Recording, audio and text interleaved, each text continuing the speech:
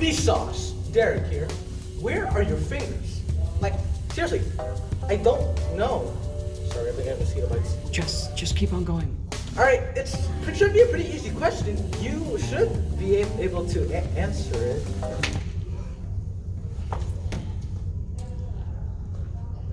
This person here just died of malaria, a disease carried by mosquitoes. So, as the earth warms, you might see more victims just like him.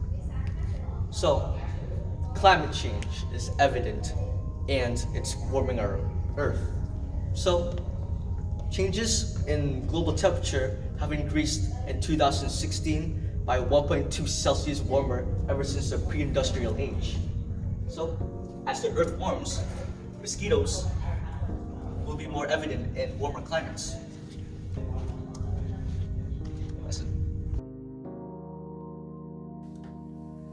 Warmer conditions will lengthen because of climate change. This causes longer transmission seasons for mosquitoes.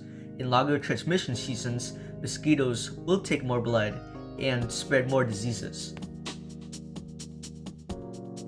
So, aside from mosquitoes, droughts caused by climate change pushes food shortages, especially in Africa, causing people to eat bushmeat, which is meat from wild animals that could carry diseases.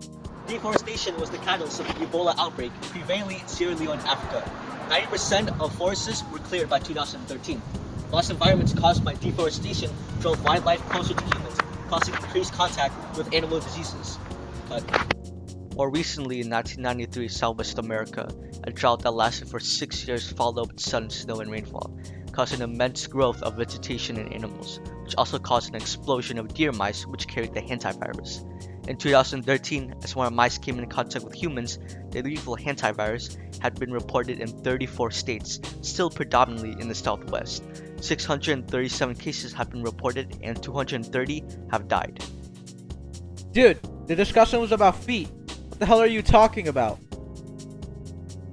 So, who or what is responsible for plaguing people with the constant numerous disease outbreaks such as Ebola and hantavirus?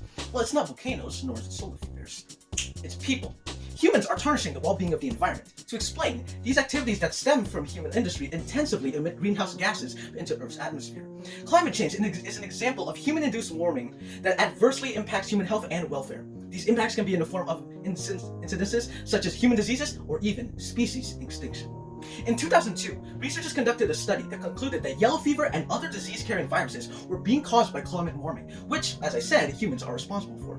They warned that disease outbreaks such as yellow fever and would become more common with the consequences of human-caused climate change, such as milder winters and fewer areas being protected by the cold winter. These consequences introduce winter survival and more areas suitable for mosquitoes to thrive as they alarmingly increase infectious disease outbreaks. Now, you may be thinking, big deal, it's just some disease. It can't cause that big of an effect, right? Well, here's where you're wrong. We know this because of a disease going on right now, the coronavirus.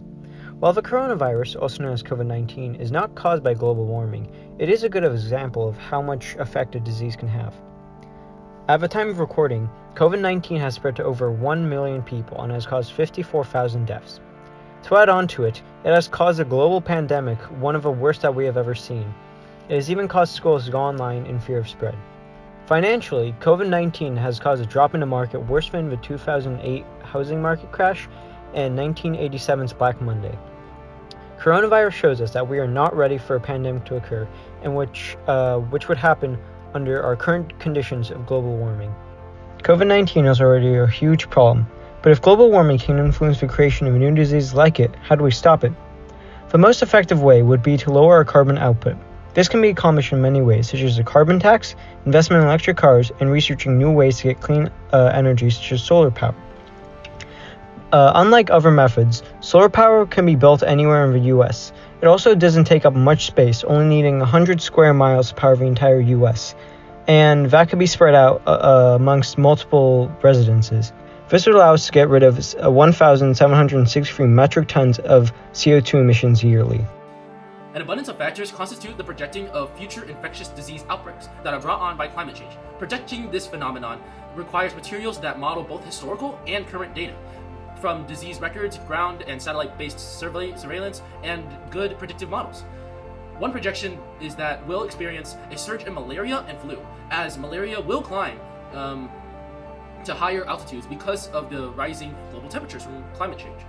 As for the flu, currently it is an annual event in the tropics that are located on or near Earth's equator.